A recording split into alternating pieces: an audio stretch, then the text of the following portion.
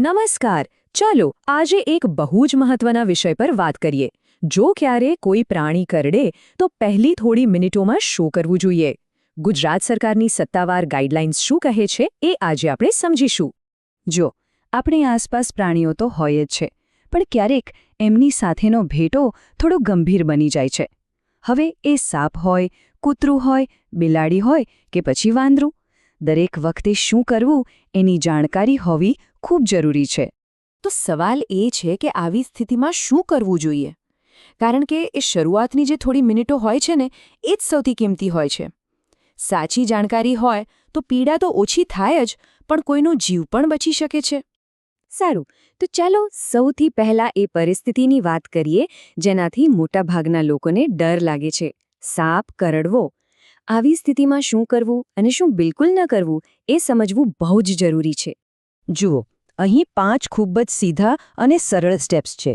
સૌથી પહેલું, જે વ્યક્તિને સાપ કરડ્યો છે તેને શાંત રાખવાનો પ્રયત્ન કરો.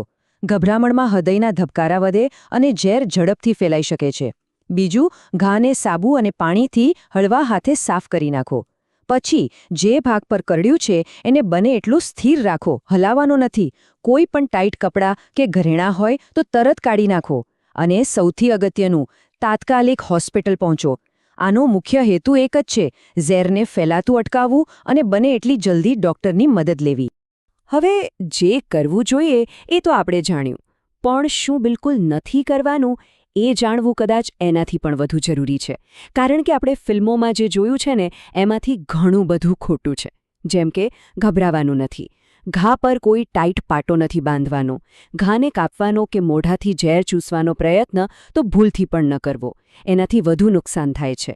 અને હા, કોઈ તાંત્રિક કે વૈદ પાસે સમય બગાડ્યા વગર સીધા હોસ્પિટલ જ જવાનું છે. ઓકે, સાપની વાત તો થઈ. હવે એક એવી પરિસ્થિતિ પર આવીએ જે કદાચ વધુ સામાન્ય છે: કૂતરું કરડવું. અહીંયા જે સૌથી મહત્વની વાત છે એ છે 15 મિનિટનો નિયમ. ચાલો સમજીએ કે આ શું છે. કૂતરું કરડે ત્યારે સૌથી પહેલું અને સૌથી જરૂરી કામ છે ઘાને બરાબર સાફ કરવો. કારણ કે મુખ્ય ખતરો ઇન્ફેક્શનનો અને હડકવાનો હોય છે. કૂતરાની લાળમાં જે બેક્ટેરિયા હોય છે એનાથી બચવા માટે સાફ સફાઈ સૌથી પહેલી પ્રાથમિકતા છે. તો કરવું શું? ઘાને ઓછામાં ઓછો 10 થી 15 મિનિટ સુધી ચાલુ પાણી અને સાબુથી ધોવાનો છે. હા, પૂરી 10-15 મિનિટ. આ બહુ જ અગત્યનું છે. પછી એના પર કોઈ એન્ટિસેપ્ટિક દવા લગાવો અને તરત જ નજીકના આરોગ્ય કેન્દ્ર પર જાઓ અને હડકવાની રસી લો. એમાં જરલા પણ મોડું ન કરવું. અને જો શક્ય હોય તો એ કૂતરા પર 10 દિવસ નજર રાખવી કે એના વર્તનમાં કોઈ ફેરફાર તો નથી ને. સારું, કૂતરા પછી હવે વાત કરીએ બિલાડી અને વાંદરાની. આ બંનેના કેસમાં પ્રાથમિક સારવાર લગભગ એકસરખી છે. એટલે જ આપણે એમને સાથે સમજીશું. પ્રાણી ભલે અલગ હોય, પણ આપણી પ્રતિક્રિયા લગભગ સમાન રહેશે. ભલે બિલાડી હોય કે વાંદરું, બંનેના કરડવાથી ઇન્ફેક્શનનું જોખમ રહે છે. એમના દાંત અને નખ તીક્ષ્ણ હોય છે, જે ઊંડા ઘા કરી શકે છે. એટલે અહીં પણ મુખ્ય સિદ્ધાંત એ જ છે: ઘાને બરાબર સાફ કરવો અને તરત જ ડૉક્ટર પાસે પહોંચવો. તો ફરી એકવાર, ઘાને સાબુ અને પાણીથી બરાબર ધોઈ નાખો, એન્ટિસેપ્ટિક લગાવો અને તરત જ ડૉક્ટરની સલાહ લો. એ નક્કી કરશે કે હડકવા અને ધનુર બંનેની સારવારની જરૂર છે કે નહીં. પોતાની જાતે કોઈ નિર્ણય લેવાનો નથી. જુઓ, આપણે સાપ, કૂતરું, બિલાડી અને વાંદરાની વાત કરી. પણ આ બધામાં એક વાત કોમન છે, અને એ જ સૌથી મહત્વની છે: કોઈ પણ પ્રાણી કરડે હંમેશા ડૉક્ટરની સલાહ જ લેવી. ઘરે જે કરીએ છીએ એ ફર્સ્ટ એડ છે, પૂરો ઇલાજ નથી. અંતિમ નિર્ણય તો ડૉક્ટરનો જ હોવો જોઈએ. સારું, શું કરવું એ તો જાણ્યું, પણ કોને બોલાવવા?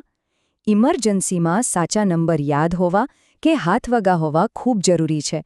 એનાથી કિંમતી સમય બચે છે. આ રહ્યા ગુજરાતના કેટલાક મહત્વના ઇમરજન્સી નંબર્સ. પોલીસ માટે 100, એમ્બ્યુલન્સ માટે 112 અથવા 108 અને ડિઝાસ્ટર મેનેજમેન્ટ માટે 117. આ નંબરો તમારા ફોનમાં સેવ કરી જ લેવા જોઈએ. ક્યારે કામ આવી જાય, કહી ન શકાય. અંતે વાત એટલી જ છે કે તૈયારી જ શ્રેષ્ઠ બચાવ છે. આજે આપણે જે જાણકારી મેળવી એ આપણને અને આપણા નજીકના લોકોને સુરક્ષિત રાખવામાં મદદ કરી શકે છે. પણ એક સવાલ જરૂર વિચારવા જેવો છે: શું આપણે ખરેખર આવી કોઈ પણ અણધારી પરિસ્થિતિ માટે તૈયાર છીએ?